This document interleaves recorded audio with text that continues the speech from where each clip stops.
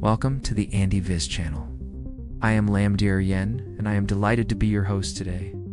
In 2019, Donald Trump, then President of the United States, unexpectedly remarked, "I want to buy Greenland." The world thought he was joking. The Prime Minister of Denmark even flatly dismissed it as absurd. After Trump lost his re-election, the story faded into oblivion. However, in 2024, Trump returned to the presidency, and this time, he seemed serious. He expressed his anger on social media, issued ultimatums regarding tariffs, and even threatened to send warships. The question is, why does this massive island where seals outnumber people? The population is only 57,000, and it is one of the coldest places on Earth holds such value. Today, we will explore Trump's strategy, how Greenland became Danish territory, and why he is so persistent in acquiring it. The great marketing scam of history. The story begins with the history of Greenland. The name suggests a lush, green land of rolling meadows, but it is actually one of history's most successful marketing scams. Approximately 80% of the island is covered in permanent ice, making it largely uninhabitable. In 982 AD, a notorious Viking named Eric the Red was exiled from Iceland for murder. While sailing west, he discovered this massive icy island. To attract settlers, he named it Greenland, a name full of promise and fertility. Worked. 25 ships set out, though only 14 arrived. The survivors realized they had been deceived by the name, but having traveled so far, they stayed.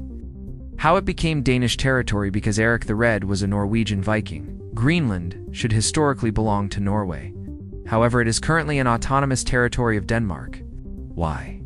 In the 14th century, the Hanseatic League, a powerful German merchant network, dominated northern European trade. To counter them, Denmark, Norway, and Sweden formed the Kalmar Union in 1397, while technically an alliance of equals. Denmark emerged as the dominant power, and Copenhagen became the center of decision-making. Norway weakened over centuries, becoming little more than a Danish province. Consequently, its overseas territories, including Greenland, drifted into the Danish sphere of influence. In 1814, following the Napoleonic Wars, Denmark was forced to cede Norway to Sweden. However, Danish diplomats used clever wording in the treaty to retain the overseas territories: Greenland, Iceland, and the Faroe Islands. Uninterested in icy islands at the time, signed the deal. Norway tried to sue for Greenland's return in the 1930s at the International Court, but lost. The strategic military value. During World War II, the U.S. occupied Greenland to prevent Nazi Germany from using it as a base to attack North America. They quickly realized its strategic perfection. In 1946, President Harry Truman offered $100 million to buy it, but Denmark refused. Instead, the U.S. signed a defense agreement and built Thule Air Base, now Pitchifik Space Base. During the Cold War, Greenland was the front line against the Soviet Union. Any missile launched at North America would have to fly over the Arctic and Greenland. Today, its importance has surged again due to Russian hypersonic missiles.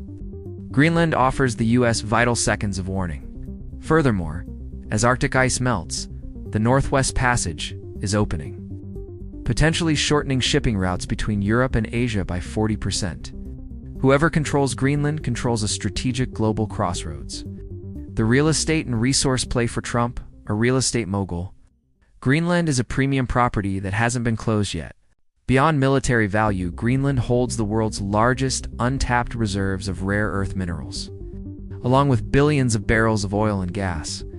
Currently, China dominates the rare earth market. If the U.S. acquires Greenland, it gains energy independence and a way to pressure China.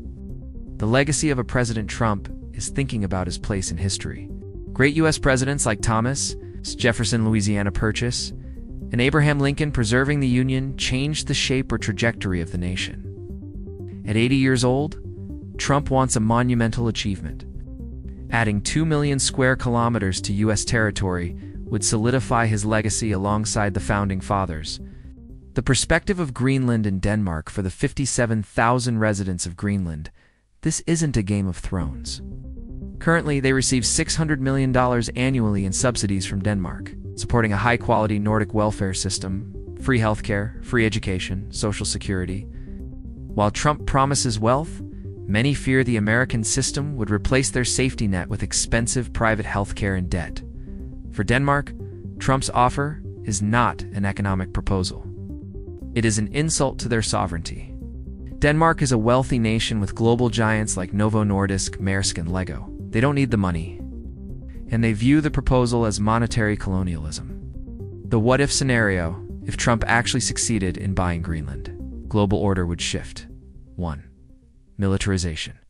Greenland would become the largest Arctic defense hub, leading Russia to view it as a primary target. 2. Erosion of sovereignty. It would set a dangerous precedent that sovereignty can be bought if the price is high enough, a logic China might adopt elsewhere. 3. Identity crisis. The indigenous. Inuit people might see their culture sidelined by resource extraction and the loss of the Nordic welfare model. Conclusion: Greenland is no longer just a land of ice. It is a symbol in a world where money and power are openly rewriting maps. Trump's art of the deal approach to geopolitics suggests that everything has a price. The scary question isn't whether Trump can buy Greenland, but whether there is anything left in this world that cannot be bought. If you enjoyed this video, please leave a comment below and support the channel. Thank you for watching.